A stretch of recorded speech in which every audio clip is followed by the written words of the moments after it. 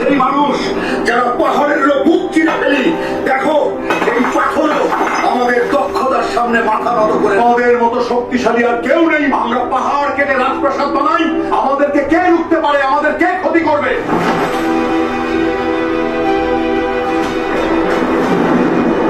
আমাদের কোনো অদৃশ্য ঈশ্বরের প্রয়োজন নেই, আমাদের এই দেবতারাই আমাদের উপাস্য। আমাদের পূর্বপুরুষরা যেভাবে এই মূর্তিগুলোর পূজা করেছেন, আমরাও তাই করব। আমাদের কাউকে বোঝানোর দরকার নেই, আমরা কারো প্রলোভনে করব না।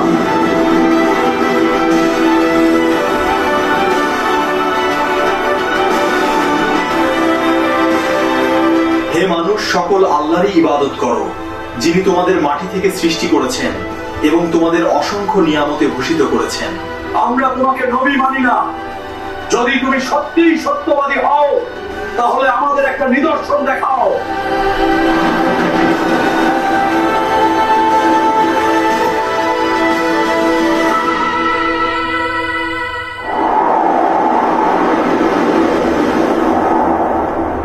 হাজার হাজার বছর আগে আরবের মরুভূমির বুকে এক শক্তিশালী ও ধনী জাতি বসবাস করত, আর তাদের নাম ছিল কওমে সামুদ। তারা উঁচু উঁচু পাহাড় কেটে তাদের প্রাসাদ বানাতো। উঁচু উঁচু শিলার মধ্যে তাদের ছিল বসতি। তাদের শরীর ছিল বিশাল, দেহ ছিল সুঠাম, আর শক্তি ছিল অপরিসীম। চারিদিকে তাদের ক্ষমতা, কারিগরি, অভিজাত্য ও গৌরবের নিদর্শন ছড়িয়েছিল। কিন্তু ক্ষমতা ও ঐশ্বর্যের সঙ্গে সঙ্গে তাদের হৃদয়ে অহংকারও জন্ম নিল, আর তারা বলতে শুরু করলো, আমরা কাউকে ভয় করি না। আমাদের মতো শক্তি পৃথিবীতে কারো নেই, আর না আমাদের মতো ধন সম্পদ কারোর কাছে আছে। সময়ের সঙ্গে সঙ্গে তারা তাদের প্রকৃত প্রভু মানে আল্লাহ রাব্বুল আলামিনকে ভুলে গেল। তারা নিজের হাতে পাথর কেটে বিশাল বিশাল মূর্তি বানালো, আর সেগুলোকে বলতে লাগলো, এগুলোই আমাদের আসল প্রভু। তারা বলল, আমাদের কোনো ঈশ্বরের প্রয়োজন নেই, আমাদের এই দেবতারাই যথেষ্ট। আমাদের পূর্বপুরুষেরা যেভাবে মূর্তি পূজা করেছে, আমরাও তাই করব। আমাদেরকে কেউ বিপথে নিয়ে যেতে পারবে না। তাদের কণ্ঠস্বর প্রতিধ্বনিত হতো সমগ্র ভূমিতে, কিন্তু তাদের হৃদয়ে ছড়িয়ে পড়েছিল অন্ধকার। মিথ্যা বলা, চুরি করা, অন্যকে হত্যা করাই ছিল তাদের প্রতিদিনের কাজ। এমনই করে তাদের নারীদের হৃদয়েও আল্লাহ ভীতি বলে কিছুই ছিল না। তারা প্রকাশ্যে লজ্জাহীনতায় লিপ্ত হতো। তাদের সমাজে যে পুরুষ সবচেয়ে শক্তিশালী ছিল, সেই পুরুষ হয়ে হতো নারীদের প্রিয় পাত্র। এক নারী বলে উঠল, আমার হারিসকে খুব পছন্দ, কারণ সে খুব শক্তিশালী। আমার পছন্দ সমাহারকে, কারণ সে অপরাজেয়। এক নারী ঘোষণা করলো যে তোমাদের মধ্যে যে বিজয় হবে, আমি তার সঙ্গেই বিবাহ করব।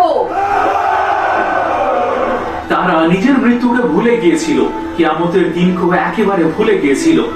ঠিক এমন এক সময়ে আল্লাহ রাব্বুল আলামিন এই বিপদগামী জাতির হিদায়াতের জন্য পাঠালেন এক নবী, হযরত সালেহ আলাইহিস সালামকে। তিনি সেই জাতিরই একজন ছিলেন, নেক ছিলেন, বুদ্ধিমান ছিলেন ও সত্যবাদী মানুষ ছিলেন। মানুষ তাকে প্রথম থেকেই চিনত এবং সম্মানও করত। তার জ্ঞান ও প্রজ্ঞার জন্য সবাই তাকে শ্রদ্ধাও করত। লোকেরা বলতো, হে সালেহ, আপনি তো খুব সৎ মানুষ, আপনি খুব বিশ্বাসযোগ্য ব্যক্তি, আপনি অত্যন্ত বুদ্ধিমান। কিন্তু যখন তিনি তাওহীদের দাওয়াত দিতে শুরু করলেন, আল্লাহর একত্বের কথা বলতে লাগলেন, তখন সেই লোকেরা যারা একদিন তাকে শ্রদ্ধার চোখে দেখতো, কিন্তু আজ বলতে শুরু করলো, হে সালেহ, আমরা তো আপনার কাছ থেকে অনেক বেশি আশা করেছিলাম। আমরা ভাবতাম আপনি অনেক বুদ্ধিমান একজন মানুষ। হে সালেহ, আমরা তো আপনার কাছ থেকে অনেক বেশি আশা করেছিলাম। আমরা ভাবতাম আপনি অনেক বুদ্ধিমান একজন মানুষ। এইভাবে শুরু হয়েছিল কওমে সামুদের পতনের কাহিনী। এক জাতি যারা শক্তিতে অহংকারী হয়েছিল, আর আল্লাহকে ভুলে গিয়ে নিজের হাতের বানানো মূর্তিকে প্রভু বানিয়েছিল। তাদের মধ্যে একজন বলল, তুমি কি আমাদেরকে আমাদের দেবতার উপাসনা করতে নিষেধ করছো? তুমি তো এক অদ্ভুত ও নতুন কথা নিয়ে এসেছো। হযরত সালেহ আলাইহিস সালাম শান্ত স্বরে বললেন, হে আমার জাতির মানুষ, আল্লাহ তোমাদের প্রকৃত প্রভু। তিনি তোমাদের মাটি থেকে সৃষ্টি করেছেন এবং এই পৃথিবীতে বসবাসের সুযোগও দিয়েছেন। তাই তোমরা শুধু তারই ইবাদত করো আর তারই সাহায্য প্রার্থনা করো, কারণ তিনি সবকিছুর মালিক। কিন্তু হযরত সালেহ আলাইহিস সালামের এই কথা তাদের হৃদয়ে খুব একটা প্রভাব ফেলল না।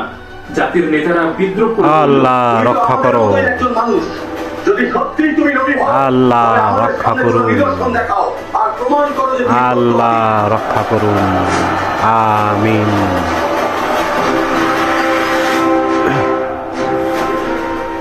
হযরত সালেহ আলাইহিস সালাম বললেন, হে আমার জাতির মানুষেরা, যদি আমি তোমাদের চাওয়া নিদর্শন দেখিয়ে দিই তবে কি তোমরা ঈমান আনবে, আল্লাহর পথে ফিরে আসবে? এরপর তাদের সর্দাররা বলল, যদি তুমি সত্যিই নবী হও তবে এই পাহাড়ের ভেতর থেকে একটি জীবন্ত উটনী বের করে দেখাও, এমন একটি উটনী যা সুস্থ, শক্তিশালী এবং আল্লাহর ক্ষমতার নিদর্শন থাকবে। চারিদিক নিস্তব্ধ হয়ে গেল। এরপর হযরত সালেহ আলাইহিস সালাম দোয়ার জন্য হাত উঠালেন। তার চোখে জ্বলজ্বল করছিল অবিচল বিশ্বাসের আলো। তিনি আল্লাহর দরবারে প্রার্থনা করলেন, আর তখন ওই সবার চোখের সামনে সেই বিশাল চট্টান কেঁপে উঠল। ধীরে ধীরে তাতে ফাটল ধরলো, আর আল্লাহর কুদরতে সেই পাথর থেকে বেরিয়ে এলো এমন এক জীবন্ত উটনী যা উজ্জ্বল, বলিষ্ঠ ও অত্যন্ত সুন্দর ছিল। এই মুজিজা দেখে মানুষ হতবাক হয়ে গেল, তাদের চোখ বিস্ময়ে বড় হয়ে গেল। তারা একে অপরের দিকে তাকাতে থাকলো, আর তাদের মধ্য থেকে একজন বলল যে, এ তো জাদু, এটা সত্যি আল্লাহের নিদর্শন। হযরত সালেহ আলাইহিস সালাম বললেন, এই উটনী তোমাদের প্রভুর নিদর্শন, একে কষ্ট দিও না, আল্লাহর জমিনে একে স্বাধীনভাবে চড়তে দিও, আর এর পানি পানের একটি নির্দিষ্ট দিন আছে যেমন আল্লাহ আদেশ দিয়েছেন। আল্লাহ